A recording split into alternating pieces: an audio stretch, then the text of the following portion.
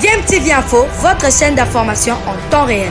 La politique, la santé, le sport, les faits de société, la musique, les rumeurs et bien plus encore. Vous découvrirez cela dans notre chaîne DMTV Info.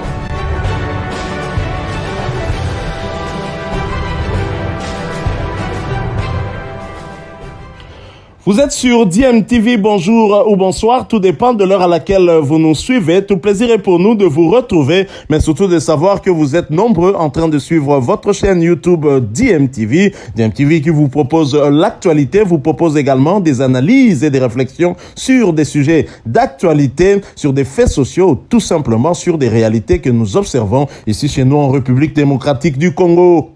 Time is up, c'est l'heure de notre tour d'horizon, un tour d'horizon qui nous permet d'échanger avec vous sur l'actualité que nous avons pu récolter pour vous concernant certains de nos internationaux. Et pour le numéro d'aujourd'hui, nous allons les débuter chez les Anglais, à Londres plus précisément, où nous allons parler de l'international congolais Edo Okayembe, de nous poser cette question. Qu'est-ce qui bloque dans le transfert d'Edo Okayembe à Watford? L'international congolais Edo Okayembe devrait rejoindre Watford FC en première ligue anglaise. Les deux parties étaient déjà tombées d'accord, selon plusieurs médias en Angleterre, mais également en Belgique. Mais le transfert est retardé, presque bloqué. L'une des causes, Watford aurait déjà fait signer Hassan Kamara, tandis que dans le deal d'Edo Okayembe, il y aurait un détail à régler et celui-ci bloque l'affaire. D'après le média anglais Sky Sport, Watford a déjà signé Hassan Kamara, tandis que Edo Okayembe et les défenseurs de Besiktas, Domagoj Vida, ont été liés à un accord. Ils ne veulent pas jouer avec Watford en deuxième division. Un article à cet effet a été publié hier après-midi. Voilà donc une des raisons du blocage du transfert de l'international congolais Edo Okayembe. Le milieu de terrain congolais serait hésitant. En tout cas, il ne veut pas se décider très rapidement au regard de la position actuelle de Watford sur le classement du championnat anglais de première ligue. Watford se trouve à la 17e place de première ligue avec 13 petits points de plus que Burnley, et le premier relégable. Et pour Edo Okayembe, il ne souhaiterait pas signer pour un club qui pourrait descendre en division inférieure. Voilà l'une des raisons qui fait que Edo Okayembe est un tout petit peu hésitant et n'est pas pressé à signer avec ce club de Watford. C'est vrai qu'il y a un combat à mener du côté de Watford, une bataille à mener de ce côté-là, et cette bataille, c'est déjà la bataille du maintien. Et Edo Okayembe voudrait bien jouer la première ligue, être au premier rang, en tout cas dans le championnat d'élite anglais. Il ne veut pas aller à Watford et directement aller en deuxième division. Voilà qui retarde un tout petit peu finalement sa signature de ce côté-là. Alors nous allons poursuivre avec le tour d'horizon. Vous l'avez compris, nous en avons fini avec Edo Okayembe et son transfert qui piétine du côté de Watford. Alors nous allons cette fois aller du côté de la France en Ligue 2 pour parler de l'international congolais Gédéon Kalulu. Nous en parlons après cette courte pause.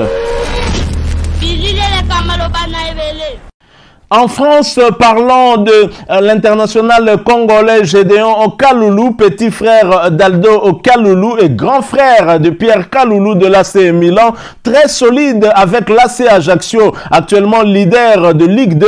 Gédéon Kalulu a été mis à l'honneur. L'international congolais a été nommé dans l'équipe type de la mi-saison par les fans. Pour rappel, le latéral droit de la République démocratique du Congo qui vise la montée en Ligue 1 avec le club corse n'a pas encore été sélectionné en match officiel avec les Léopards. S'il poursuit sur cette lancée, il pourrait taper dans l'œil du technicien argentin très expérimenté Hector Roll Cooper pour les barrages des éliminatoires de la Coupe du Monde Qatar 2022 prévus au mois de mars prochain. Hector Roll Cooper prévoit un stage d'ailleurs avec les Léopards du 24 janvier au 2 février prochain, et donc Gédéon Kaloulou pourrait, pourquoi pas, faire partie de ce stage s'il continue, en tout cas sur cette lancée. Bonne continuation donc à l'international congolais. Alors nous quittons la France, mais nous poursuivons ce tour d'horizon. Cette fois-ci, nous allons du côté du Koweït, où le dieu du ballon, le dieu du football, le dieu débuteur congolais, Dieu merci, Mbokani, a ouvert son compteur but en championnat avec son club de Koweït Sporting Club. Et bien sûr, Dieu merci, Mbokani inscrit là son tout premier but en championnat. Dieu merci, Mbokani et le Koweït Sporting Club se sont imposés sur la marque de 2-0 devant la formation d'Al-Shabaab en match comptant pour la 8e journée du championnat koweïtien. L'attaquant international congolais a été titularisé pour cette explication où il a pris le soin de s'illustrer en ouvrant le score pour les siens. C'est son premier but en championnat et le 4e toute compétition confondue. C'est une belle victoire qui leur permet de prendre la distance avec leur adversaire direct pour la course au titre. Bien que la saison est encore longue, s'ils gardent, pour l'instant en tout cas, ils gardent la tête du classement avec 19 points et ils vont bien évidemment continuer sur cette lancée lors de la prochaine journée. Ce sera déjà le mardi prochain, 11 janvier, avec la réception d'Al-Arabi. Voilà donc, nous allons boucler ce petit tour d'horizon en revenant ici au pays, en République démocratique du Congo, pour parler d'un entraîneur qui devient de plus en plus un pigeon voyageur et qui vient encore de quitter son club actuel pour se diriger vers un autre club. Nous en parlons tout de suite après cette courte pause. En Vodacom Ligue 1, aussitôt arrivé, aussitôt parti. Lui, c'est Papi Ikimoto qui annonce son départ de la JSK aux joueurs. L'entraîneur Papi Ikimoto a annoncé aux joueurs son départ de la jeunesse sportive de Kinshasa. Il a fait savoir hier jeudi 6 janvier 2022 lors de la séance d'entraînement et cela après avoir saisi officiellement le club. Arrivé en début du mois de décembre, le remplaçant de Jean-Claude Makanda n'aura tenu qu'un mois à la tête du staff technique de cette formation quinoise et a donné comme raison qu'il a eu des opportunités un peu plus haut qui s'est présenté à lui. C'est vrai, nous venons d'avoir une discussion avec nos joueurs où nous avons annoncé ce matin à l'entraînement notre départ. Nous avons trouvé un accord avec le président de cette formation qui m'a autorisé de m'engager avec une équipe au choix et nous n'avons pas besoin d'étaler le contenu de notre discussion. Même avant de m'engager ici, il le savait, mais comme c'est effectif, nous devons prendre une décision. Voilà, nous avons trouvé un accord et nous nous sommes séparés dans la paix avec JSK, a-t-il expliqué. Et d'ajouter, vous savez, dans ce monde du football, il y a des portes qui s'ouvrent, qui ne s'ouvrent qu'une seule fois dans la vie, que ça soit pour nous entraîneurs ou pour les joueurs, et qu'il y a des offres que je ne peux pas refuser. Moi-même, je suis triste de me séparer avec ces joueurs qui sont déçus, mais ce sont des choses qui arrivent. JSK, c'est ma maison. Je fais partie de l'histoire de ce club. Comme le président a compris et qu'il ne pouvait, qu'il ne pouvait pas me retenir par rapport à cette opportunité, nous gardons de bonnes relations avec cette équipe, ce qui est le plus important, poursuit-il. Pour rappel, Papi Ikimoto a dirigé qu'un seul match officiel avec JSK et ce match d'ailleurs avait été perdu sur le score de 0 contre 1 devant l'US Panda B52.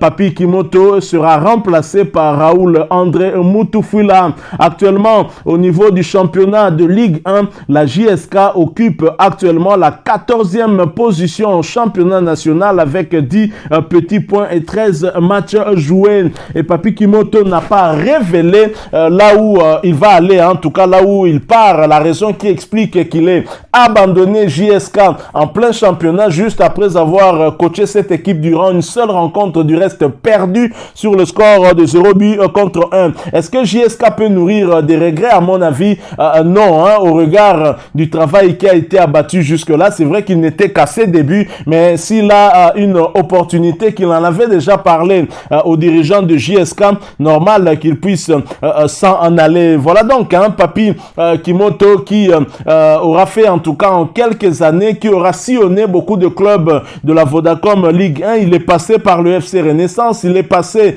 par le FC Saint-Éloi Lupopo, le Daring Club Motema Pembe, JSK, beaucoup de clubs en tout cas. Et pour quel résultat? Mais c'est vrai que ce qu'on pourra retenir dans sa carrière, c'est que pour la toute première fois de l'histoire du club orange et vert et blanc de la capitale, Papi Kimoto en tout cas aura permis à cette équipe de gagner une grande équipe de la République démocratique du Congo et surtout la première rivale, l'équipe rivale en tout cas du FC Renaissance qui est le Daring Club Motema Pembe, c'était sous Papi Kimoto. Ça c'est quelque chose qui reste dans l'histoire, qui aura marqué les esprits lors de son passage au FC Renaissance. Que dire si ce n'est bonne continuation à Papi Kimoto et bonne continuation également à la JSK qui se retrouve un peu mal en point, un peu mal positionné en championnat de la Vodacom Ligue 1 et qui joue bien évidemment le maintien. On espère que le nouvel entraîneur qui a débarqué, Mutufula, pourra redresser la barre dans cette équipe et tout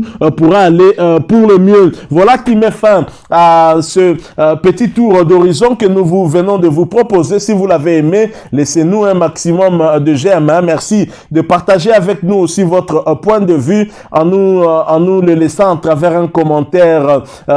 Si vous êtes nouveau ou ancien, que vous ne vous êtes pas encore abonné sur cette chaîne, eh bien n'hésitez pas s'il vous plaît, abonnez-vous et n'oubliez pas d'activer la petite cloche de notification en cliquant tout simplement sur celle que vous verrez apparaître dès que vous serez abonné, parce qu'elle vous permettra de ne plus rien manquer des prochaines vidéos que nous allons vous proposer. Encore une fois, merci à vous, avec espoir de vous retrouver bientôt dans un autre sujet d'actualité. En attendant, portez-vous bien et DMTV vous dit au revoir.